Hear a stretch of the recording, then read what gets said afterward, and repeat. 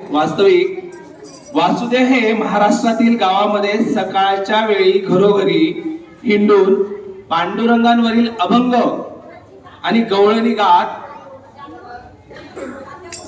आपली लोककला सादर करत असतात आणि त्या माध्यमातूनच ते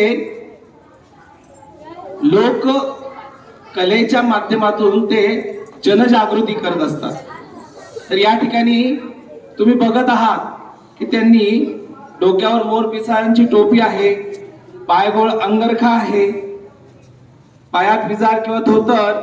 कमरेभोवती शेलवजा उपरणे गुंडाळलेले आणि एका हातात चिपळ्या तर दुसऱ्या हातात पितळी टाळ, कमरेला पावा,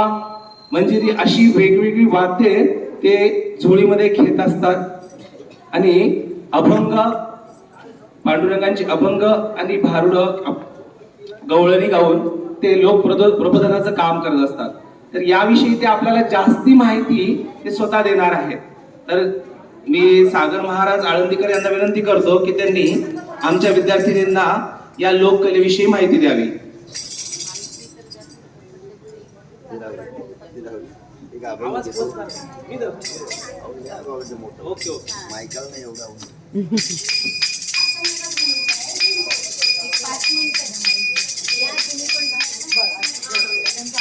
राधे राधे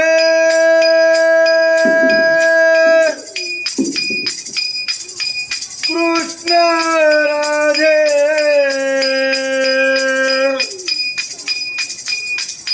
राधे राधे कृष्ण राधे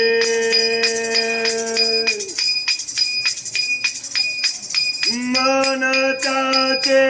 झाले रूप मनताचे झाले रूप एकनाथ या पैठण एकनाथ या पैठण वासुदेव कृष्ण रूप पाहिला मी पंढरीनाथ जनामने देवारूप पाहिले मी प्रियानाथ देवा मने पाहि रूप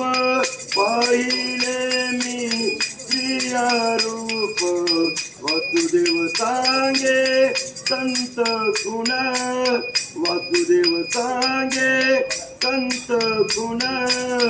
माहेर माझे पंढरपूर माहेर माझे पंढरपूर. हरी वासुदेव संस्कृती महाराजांना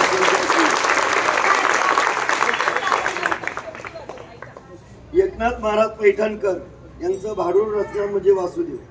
कृष्ण दैवते आनंद रूपाचे नांदावे श्री हरी म्हणून पंढरीच्या पांडुरंगाला मनोरंजन करण्याकरता कुणीच नव्हतं. त्यामुळं वासुदेव हा प्रकट दैवत एकनाथ महाराज पैठणकरांनी केला.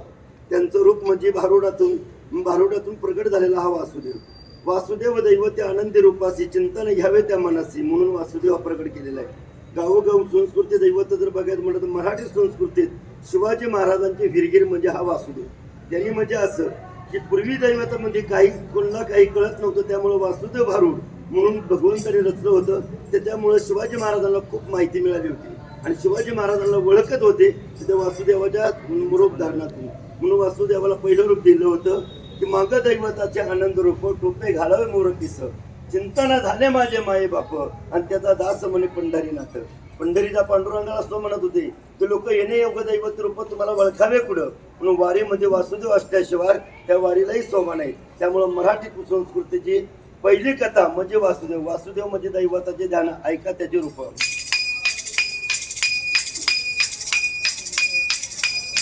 रामाचा पारी वासुदेव दारी हरे राम बोला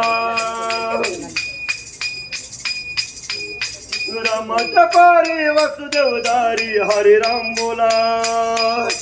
हरे राम बोला. आता वासुदेव आला या जागवतो लोकाला हो जागवतो लोकाला वसुदेव म्हणतोय गान जागे होऊन करावे दान वसुदेव म्हणतोय गान जागे होऊन करावे दान वसुदेव सांगा तो ऐका कुणी न्याला संगती पैका तू न्याला जागा ऐका वसुदेव करावे सका नाही घडणार कुणाला धोका वसुदेव सांगा तो जागा तुम्ही गुरु चरणी लागा वसुदेव सांगा तो जागा तुम्ही गुरु चरणी लागा दैवत आनंदोबाचा पैठणकर महाराज म्हणायचे की नाशिवंत देह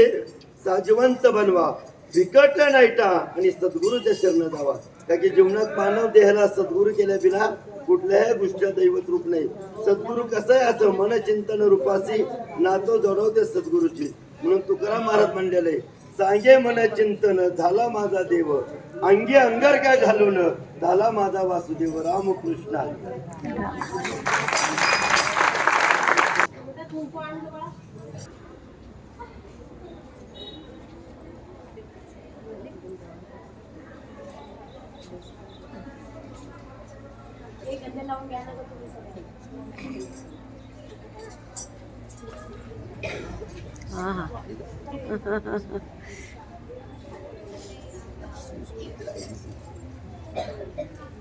मुलांना तेवढंच पाहायला मिळेल ऐकायला मिळेल कल गेली कलेच्या वयात सासू पडाती सोन्याच्या पाया कल मध्ये अगं माझ्या अजून सासूला म्हणून सवती तिच्या मग तुकाराम महाराज म्हणलेले सांगे म्हणे चिंता नसेल नातं जोडावे कोणाशी कुठंतरी नातं जोडा म्हणजे त्या वासुदेवाशी नातं आणखी खूप लोक आता बदल झालेली पुन्हा वासुदेव म्हणजे काय माहिती नाही आता तिकडे इकडं तर आपल्याकडे मग इकडे जातात पण तिकडं राजस्थान साईडला गुजरात साईडला आम्हाला खूप मान वासुदेवांचा टाळ तिला वाजला तर लोकांना वासुदेवाचं वर्णन करावं लागतं अशी टोपी असते असा अंगाला असतो कसं होतं दैवत म्हणा चिंता नसेल नातं जोडा कोणाशी वेळच नाही टायमिंगच नाही लोकांना त्याच्यामुळे आता ते काय महाराजांचा घरी गेले हा शेवट पण केला लोकांचा विश्वास असो नुसतं मानू ना मानो वासुदेव हा जिवंत भूमी ही राहणारच वासुदेव हा कधी चुकणार नाही आमचा वासुदेव समाज मुलं कोण डॉक्टर झाले कोण काय झाले तरीही वासुदेव म्हणून होते पुण्यामध्ये आमचा कलेक्टर वासुदेव अरे वा त्याचे वडील आणखी वासुदेव म्हणून ठेवतात ते भूषण आहे ना शेतकऱ्याने जर शेती सोडून दिली तर खायचं काय अशी पांडुरंगाने शेती दिली याला कशी जपावा त्यामुळे वासुदेव हा प्राणी त्यांनी जपला त्यांनीच पाहिला रामकृष्ण हरी म्हणून बघा विद्यार्थी मैत्रिणींनो खूप छान पद्धतीने त्यांनी वासुदेवाचं कार्य काय आहे हे तुम्हाला सांगितलेलं आहे अभंगाच्या माध्यमातून आणि ते स्पष्ट करून सांगितलं